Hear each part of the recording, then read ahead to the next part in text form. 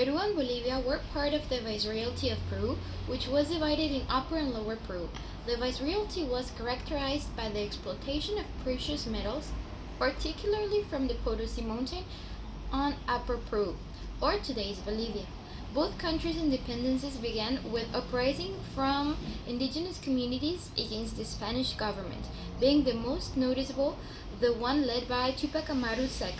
After fights and negotiations, the independence of Peru was finally achieved with José de San Martín on July 28, 1821, though the territory was only totally liberated after the Battle of Ayacucho in 1824 by the win of Simón Bolívar's troops.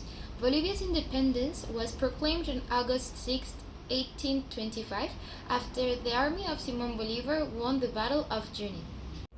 The Viceroyalty of Peru, established by the Spanish Crown in 1542, was composed by 10 territories or 10 countries as we know them today.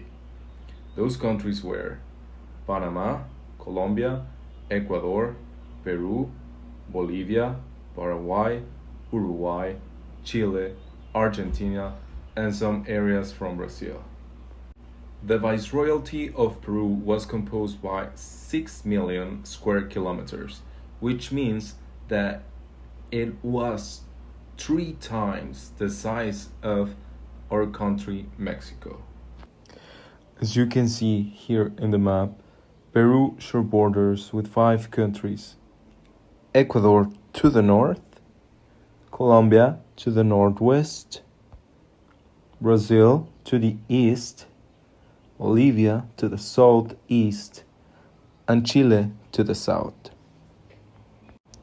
Bolivia also shares border with 5 countries, with Brazil at the east, Paraguay at the southeast, Argentina at the south, Chile at the southwest, and Peru to the west.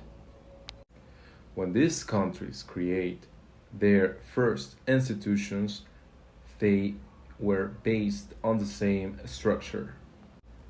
First of all, they create the Constituent Congress.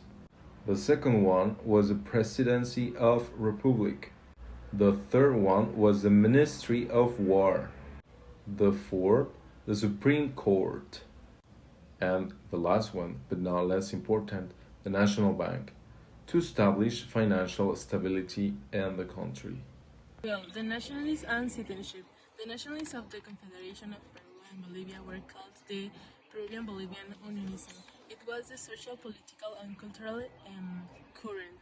It was based on the common heritage from the pre-Hispanic and colonial times, because they both have the same past.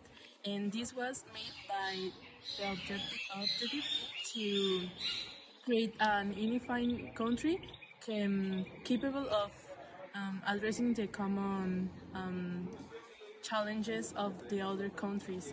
But this didn't work like so well because they have different traditions and customs.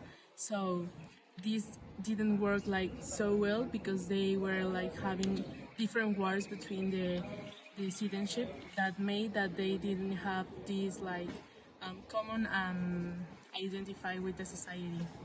I talk about the liberals and the conservatives and the environment of Peru and Bolivia during their independence. Well, during the independence, they got a long process to Simón Bolívar and another persons that belongs to the creation of their constitution and their government system.